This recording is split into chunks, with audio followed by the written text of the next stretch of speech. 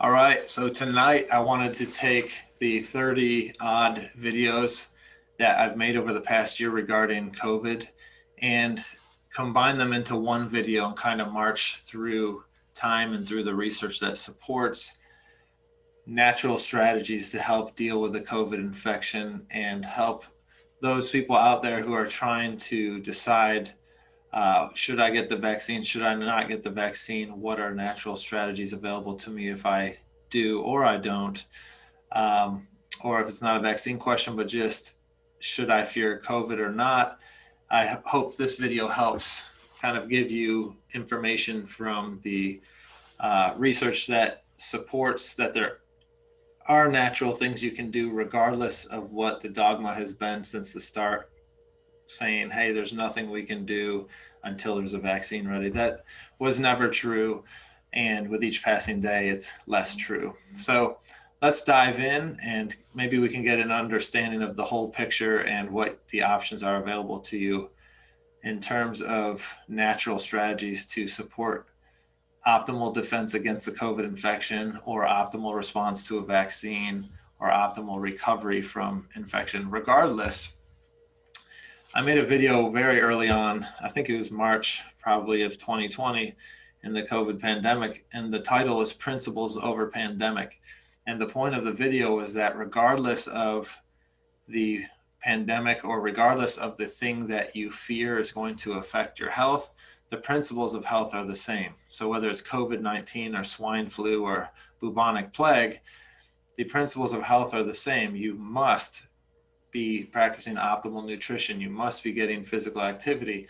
You must be getting optimal sleep. You must be modulating your stress levels and controlling your mental health, whether that's exposing yourself to chronic fear-mongering news or a bad relationship or whatever we're talking about.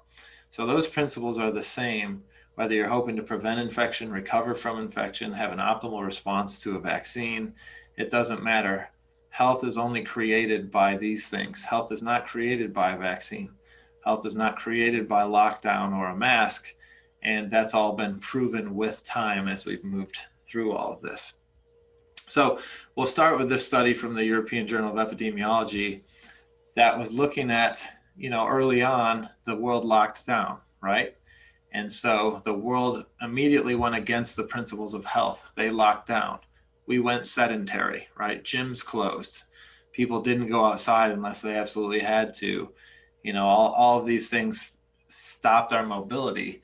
Well, movement is life. So if we don't move and we don't exercise and we don't get out in community with people, humans suffer because we are community-based beings and movement promotes health in every way.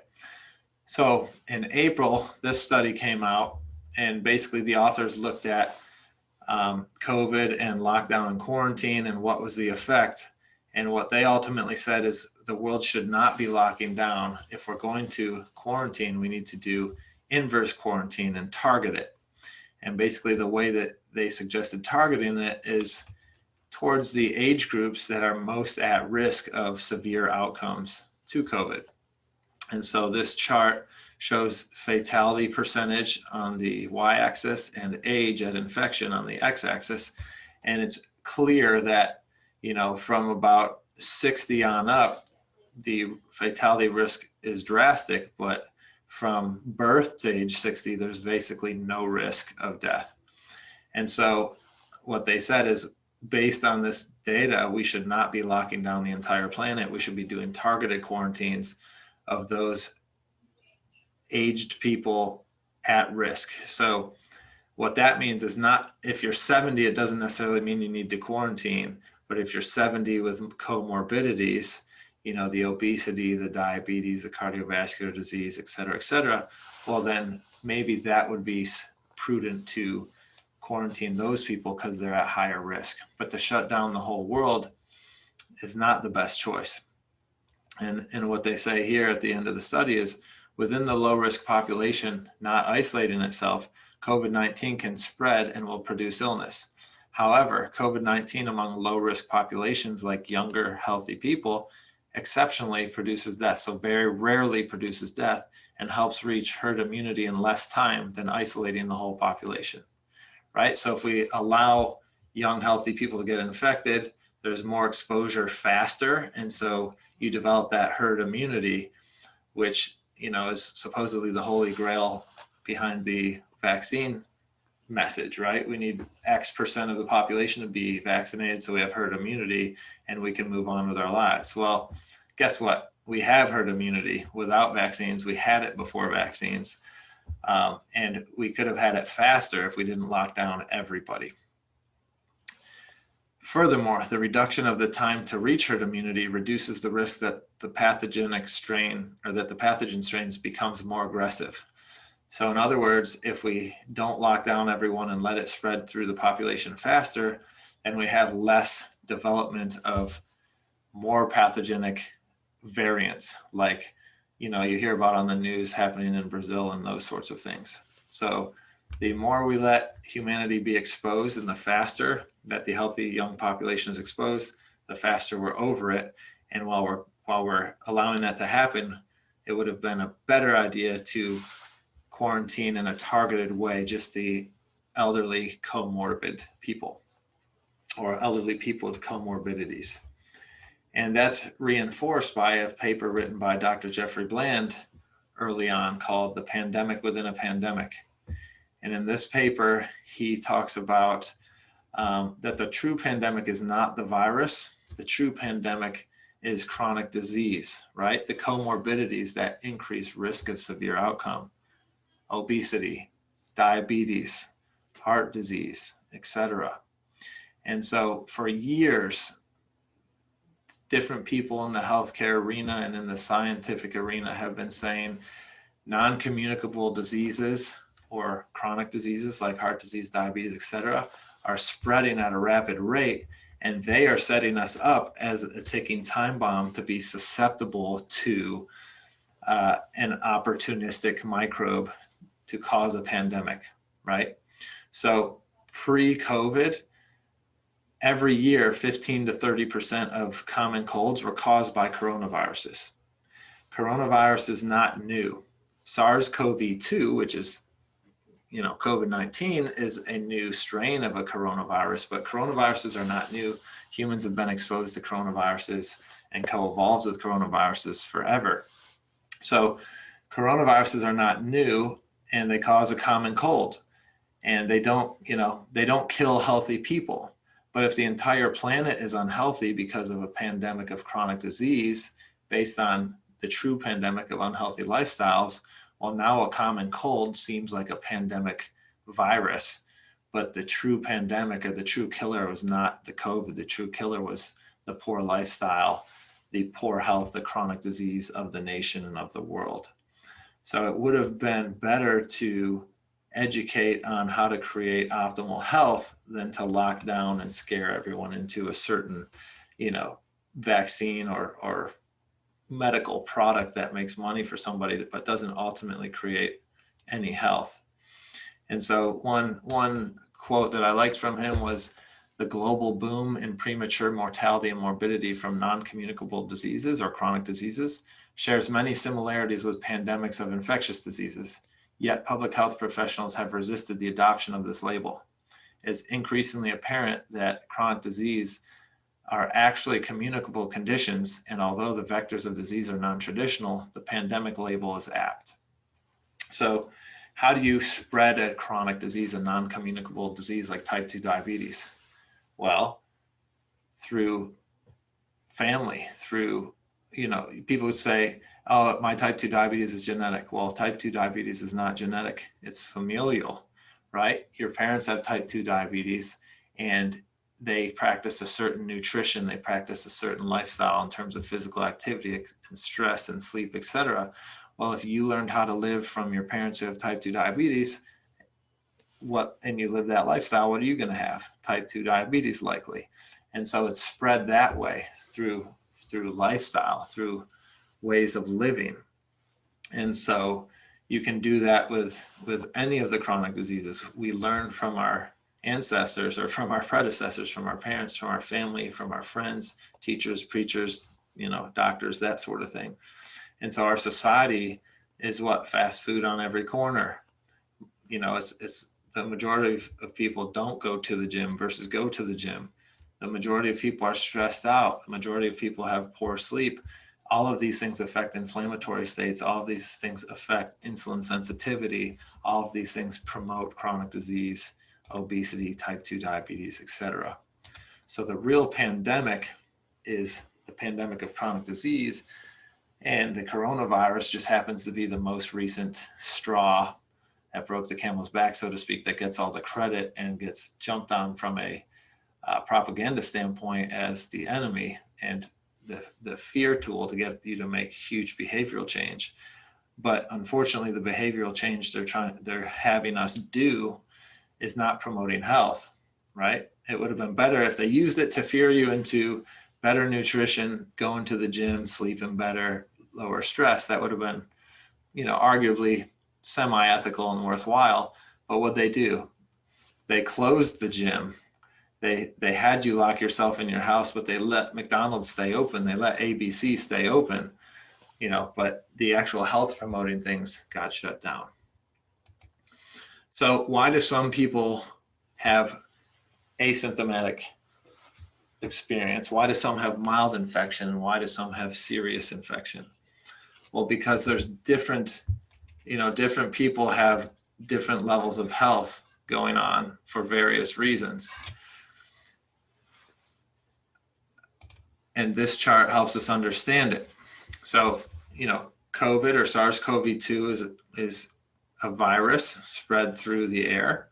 Okay, so you may contract it through the eyes, nose, or mouth, and then your immune system's ability to detect the virus and clear the virus depends on many things.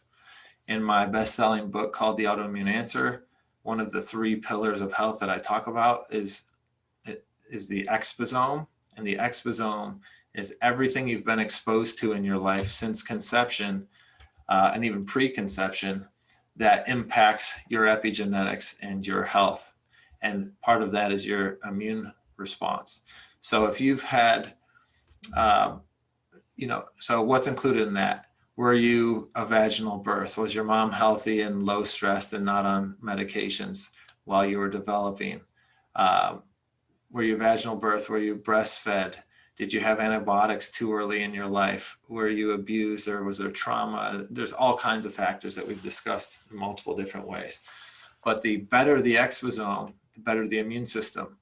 The more negative exposures you've had, the worse your immune system, the higher the chance of poor infection or serious infection. Your mucosal immune defenses, eyes, ears, nose, throat, gut, lung, sinus, bladder, okay? The better your mucosal defenses, the more likely the asymptomatic case, okay? The worse, the more leaky barriers you have, leaky gut, leaky lungs, leaky sinuses, leaky bladder, the higher the risk of serious infection. Neutralizing antibodies. Your immune system makes neutralizing antibodies. So the more neutralizing antibodies you have that can quickly see the virus and neutralize it, the more asymptomatic or the more mild the response. Bioreceptors, we have, the SARS-CoV-2 or the coronavirus COVID-19 likes the ACE2 receptor and likes to utilize that to infect us. So there's various mechanisms associated with that, but the better your body up and down regulates receptors in a positive manner, the less likely you are to have a severe infection. Innate immune response.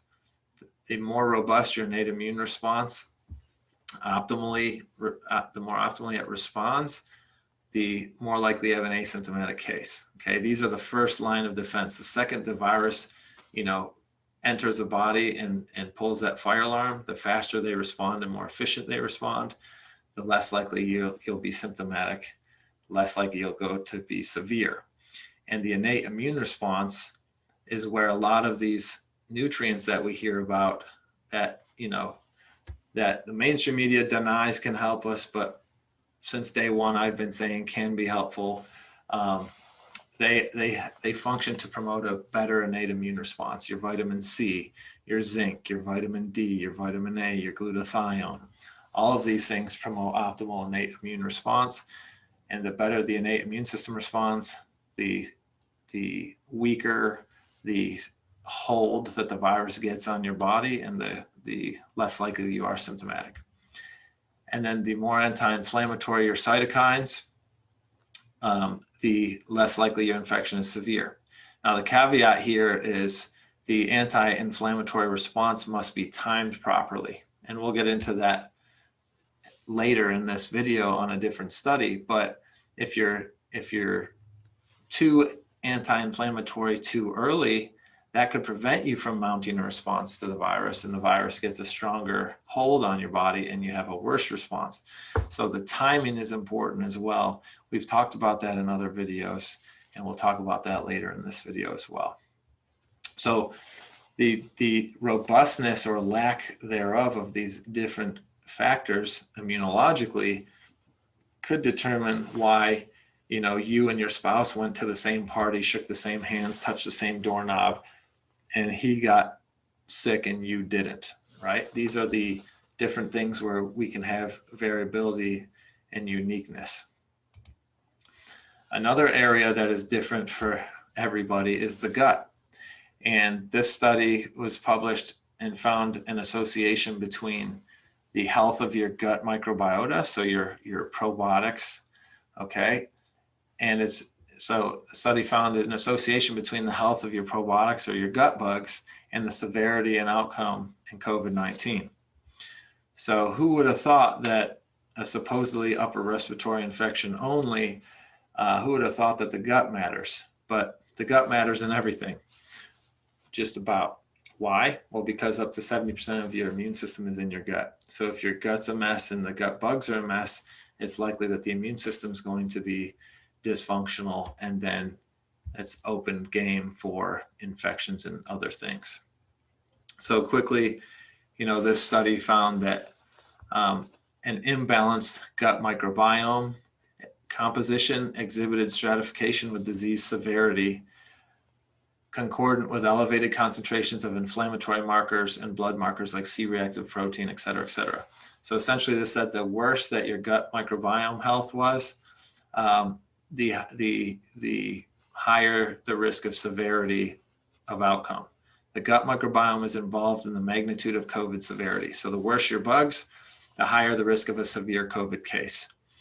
And interestingly, these authors also suspect that gut dysbiosis or imbalanced bugs could be related to what's called long COVID or persistent COVID symptoms. So you have a COVID infection, and, you know, the acute infection, you overcome it, but there's a certain amount of people that have long COVID or, you know, still have shortness of breath or other symptoms 1, 2, 3 months later that, you know, you would think they shouldn't by that point. Well, perhaps the gut is tied into their case, and improving their gut health would help eliminate long COVID. So we talked about in the initial paper, targeted quarantine, right? The aged population, if we quarantine them in a targeted way, we would have had better outcomes and prevent more deaths, et cetera. Well, what's the point? Why were we quarantining? Why does COVID kill certain people? Well, the thing that everyone was scared of was called the cytokine storm. And the cytokine storm is inflammation that ultimately led to acute respiratory distress syndrome, or ARDS, and ultimately the person's put on a ventilator and they perish on the ventilator. So cytokine storm is key to get on top of, or key to prevent cytokine storm if we want to prevent severe COVID outcomes and death from COVID. And so this paper looked at how can we help the aged population at risk for severe outcome and death from cytokine storm. And they looked at the use of vitamins. Could vitamins do it for us? And why would vitamins be helpful? Well, let's look at the abstract here. They're saying, you know, COVID deaths occur mainly in the aged and very ill people. In those people, immune system function is impaired, and these subjects often present a deficiency in fat-soluble and water-soluble vitamins. So their conclusion was that they suspect that vitamins A, D, E, and C could be useful in restoring antiviral immune system function and preventing cytokine storm. So vitamins A, D, E, and C are all very important to optimal immune system function and proper timing of anti-inflammatory defenses and innate immune response, like we talked about earlier. A cool graphic in this paper is right here, again, showing why do some people get sick and some don't, or some show symptoms, some don't, some are mild, some are severe. Well, you've got this balance, right? The seesaw of pro-inflammatory cytokines, so these start fires, and anti-inflammatory cytokines, these put out fires. And again, neither is good or bad. Both are necessary. When we have an infection in the acute stage, we want to start fires because we have to go kill it, right? And clean up damaged tissue. But then after a short amount of time, we should have been efficient at that. And then we now want to put out fires and resolve that inflammation to prevent chronic infection and autoimmune disease and that sort of thing. So we want to have a balance between these two, and we want to be able to do both of these functions at the right time for the right amount of time. If we do them at the wrong time or for too long or not long enough, that can create issues. Well, in the aged population, there's dysfunction because the older you are and the more unhealthy you are, the less balance there is here and the higher the risk of severe outcomes. And the more comorbid conditions you have, again, the more imbalance in this seesaw or this ratio here. So the paper then goes and talks about cytokine storm and shows that, look, there's different genes involved that produce inflammatory cytokines or inflammatory chemicals that lead to the cytokine storm and the lung damage and death. And look, we know scientifically that vitamin D, E, and A block these genes and block the production of those inflammatory cytokines.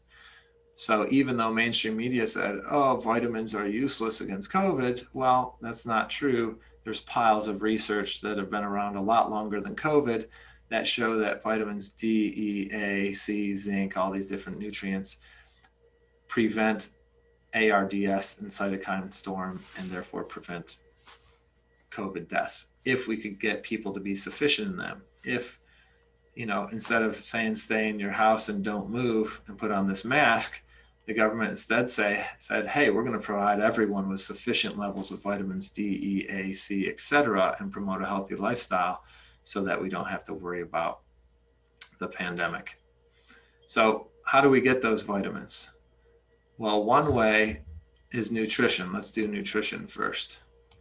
One way is nutrition. We did a video for this paper all by itself, but this was a paper published in August 2020 in Frontiers in Public Health, the importance of dietary changes during the coronavirus pandemic, how to upgrade your immune response. So again, in February, March, these people would have been censored and called quacks. There's nothing you can do. Nutrition doesn't help, blah, blah, blah. That's been a lie from day one. Nutrition is key in immune function. So here in the abstract, adequate nutrition leads to optimally functioning immune system and better outcomes in regards to preventing infection and complications of COVID-19. So, as well as developing a better immune response to pathogenic viruses and microorganisms. So this article outlines key functions of macronutrients, micronutrients, metabolites for the gut microbiome to develop an efficient immune system. And what we liked about this study was this graphic right here that showed,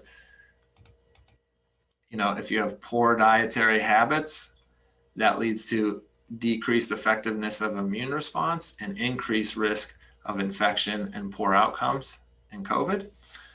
But during the lockdown, if instead of being stressed, physically inactive, messing up your sleep cycle, and eating comfort foods full of sugar and saturated fats, if instead you said, hey, I'm going to take this as an opportunity to get my exercise in, to sleep well, and to improve my diet, well, those people had an improvement in their immune response and effectiveness and a decreased risk of COVID infection and severe outcomes.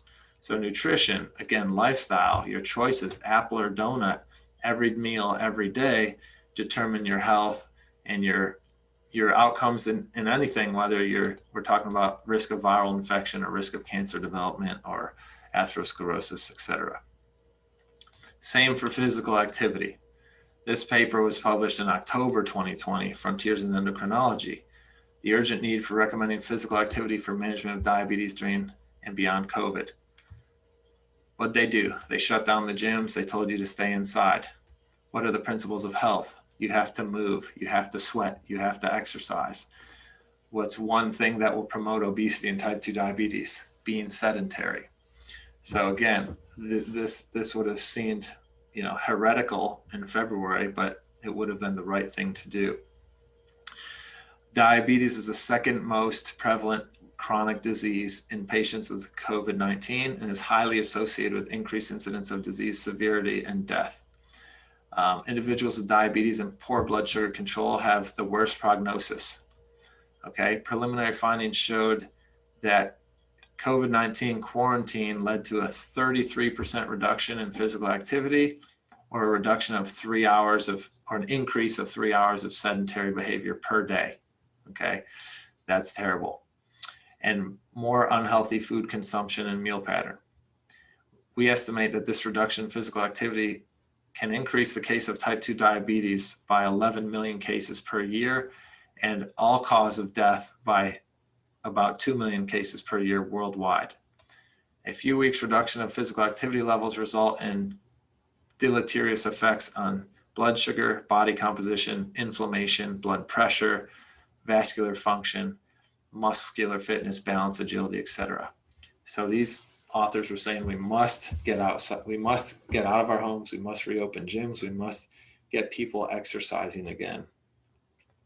And, in words, they just said this picture, which we've covered in previous videos and posts. But if you're physically inactive, you have less insulin sensitivity, poor body comp, inflammation, everything we just said. If you're physically active, all these parameters improve. So again, it's either or. It's apple or donut. It's exercise or don't exercise. It's lifestyle. It's principles of health, principles over pandemic. Let's look at some nutrients that could be helpful for us. I've made multiple videos on glutathione. Here's a couple papers talking about glutathione and could glutathione deficiency be the cause of serious outcomes in COVID. And we've seen this before, but yes, okay, the more deficient you are in glutathione, the more likely you are infected and the more likely the severe case you have. And there's various things that impact your glutathione levels. The older you are, the lower your glutathione. If you have low glutathione intake because of unhealthy diet, if you have a chronic disease, other chronic diseases lower your glutathione.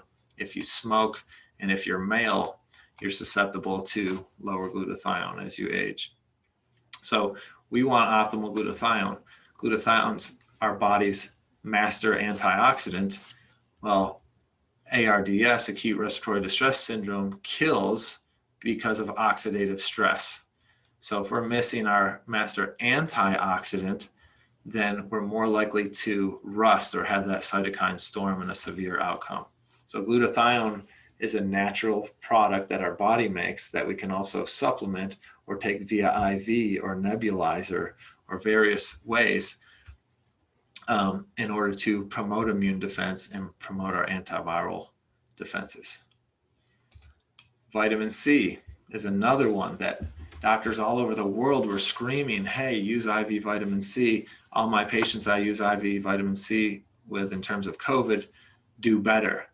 But again, that was poo-pooed because vitamin C is nearly free and available to everyone. But this paper came out before COVID. This is 2018, but I like it because it's talking about vitamin C and immune cell function and inflammation and cancer. Well, if it's good in inflammation and cancer, it's good for antiviral defenses. And this graphic shows why, but basically vitamin C enhances immune cell travel to the site of injury or infection. Vitamin C is required for your immune cells to consume or eat bacteria or viral infected cells.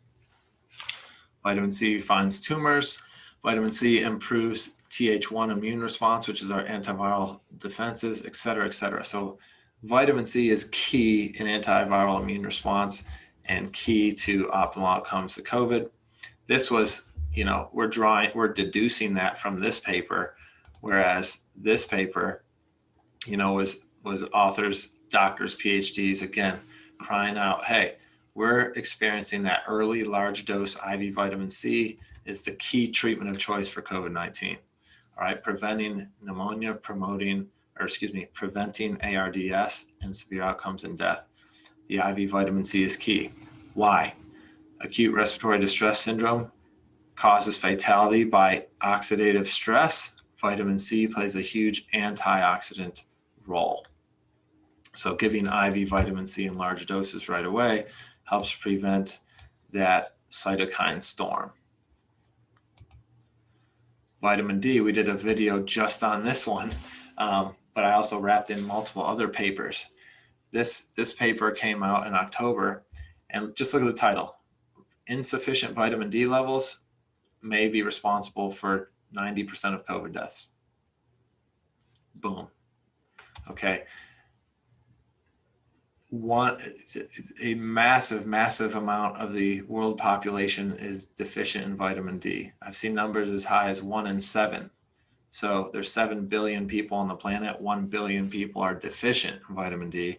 A much larger number are insufficient. So insufficient means you might not be lab low, but you're not optimal. Okay. And in the video that I did only on this paper, or not only on this, but spotlighting this paper, I showed other papers that were published before COVID came out that show vitamin D deficiency promotes ARDS, promotes cytokine storm. Okay, so again, we had scientific proof way before COVID ever hit the scene that people, if you're scared of ARDS and cytokine storm, then we should be promoting vitamin D sufficiency in people. But what happened? Early on in the pandemic, it was vitamin D is useless, nutrients are useless, can't help you. Well, that's not true, and these papers are showing it. These results imply that 87% of COVID deaths may be statistically attributed to vitamin D insufficiency and could potentially be avoided by eliminating vitamin D insufficiency. It therefore appears highly debatable and potentially even unethical to await results of such trials before public health action is taken. Essentially saying, it's unethical to not tell people to take vitamin D and not even provide vitamin D to the population. And late in the show, in October, November, Britain gave every 65 and older year old British, everyone in the British population, 65 or older, they gave vitamin D to a year's supply. Which was a good step, but it ended up the amount that they gave them wasn't enough to really move the dial. And it was too late in the, COVID show, but hey, at least they did something. The US didn't do that. So vitamin D, get your D up. So integrative consideration. So C is good, D is good, glutathione is good, zinc, A, E, etc.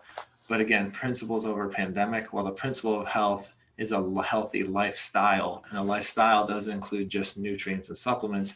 It includes your whole nutrition. It includes your physical activity, your stress levels, your sleep, your sun exposure, etc.